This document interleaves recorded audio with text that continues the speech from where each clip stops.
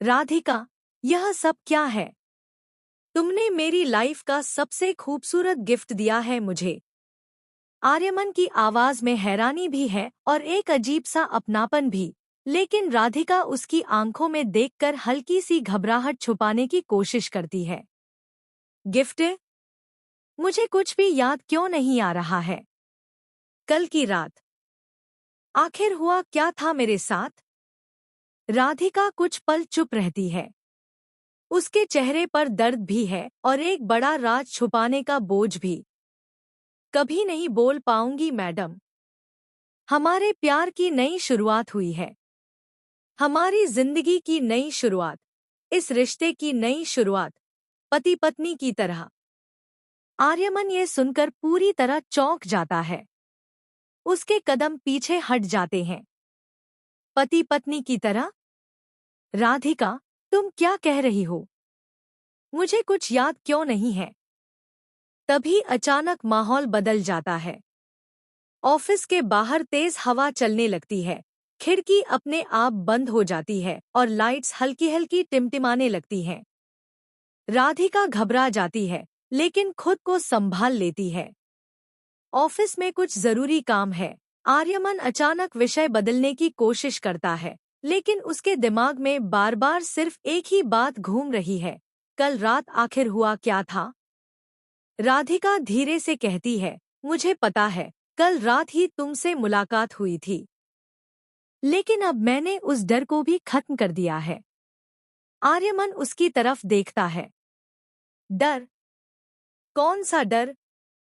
राधिका की आंखें थोड़ी नम हो जाती हैं, लेकिन उसकी आवाज मजबूत रहती है। अब हमारे बीच कोई भी नागिन नहीं आ सकती, आर्यमन। यह सुनते ही आर्यमन के चेहरे का रंग उड़ जाता है। नागिन? तुम बार बार ये क्यों कह रही हो? कौन है ये नागिन? तभी बाहर से एक जोरदार आवाज आती है, जैसे किसी ने दीवार पर जोर से हाथ मारा हो। पूरा कमरा हिल जाता है। और उसी पल कहानी में एक बड़ा ट्विस्ट आता है। आर्यमन की जेब से एक पुरानी टूटी हुई लॉकेट गिरती है, जिसमें एक औरत की तस्वीर है, लेकिन चेहरा आधा जला हुआ है। राधिका उसे देखते ही घबरा जाती है। ये तुम्हारे पास कैसे आया? आर्यमन खुद भी हैरान है। मुझे नहीं पता।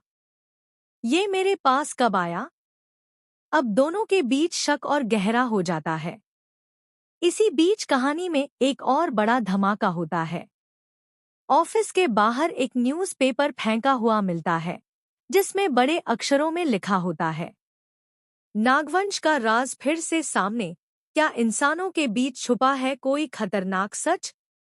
आर्यमन यह पढ़कर अब कहानी और भी खतरनाक मोड़ पर आ जाती है।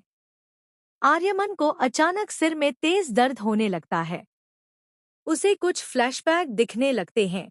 एक अंधेरी जगह, जलती हुई मशालें और किसी का जोर से चिल्लाना। तुमने वचन तोड़ा है, आर्यमन। वो दर्द से गिरने ही वाला होता है कि राधिका उसे पकड़ लेती है। आर्यमन, तुम्हें क्या हो रहा है? लेकिन आर्यमन के होंठ कांप रहे हैं। मैं कुछ याद करने की कोशिश कर रहा हूं, लेकिन सब धुंधला है।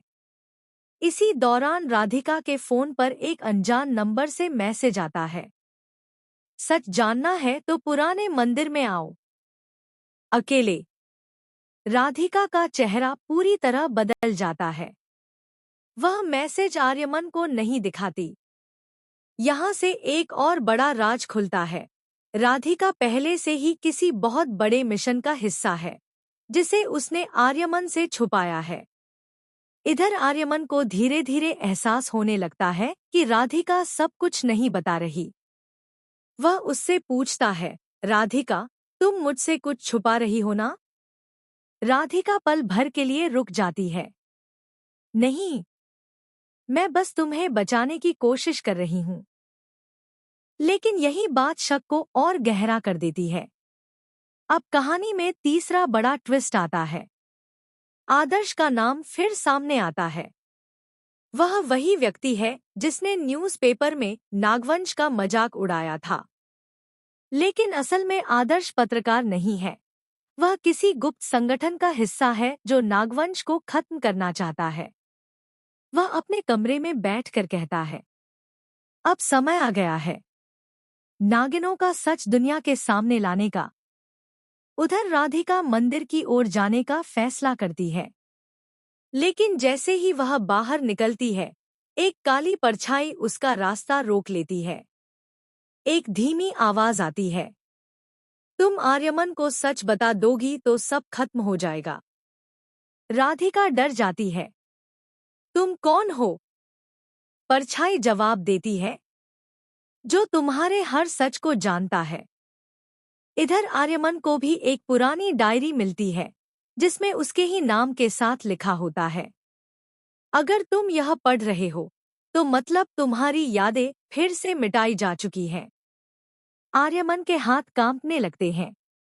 अब सबसे बड़ा सवाल सामने आता है, क्या आर्यमन की यादें सच में छीन ली गई हैं?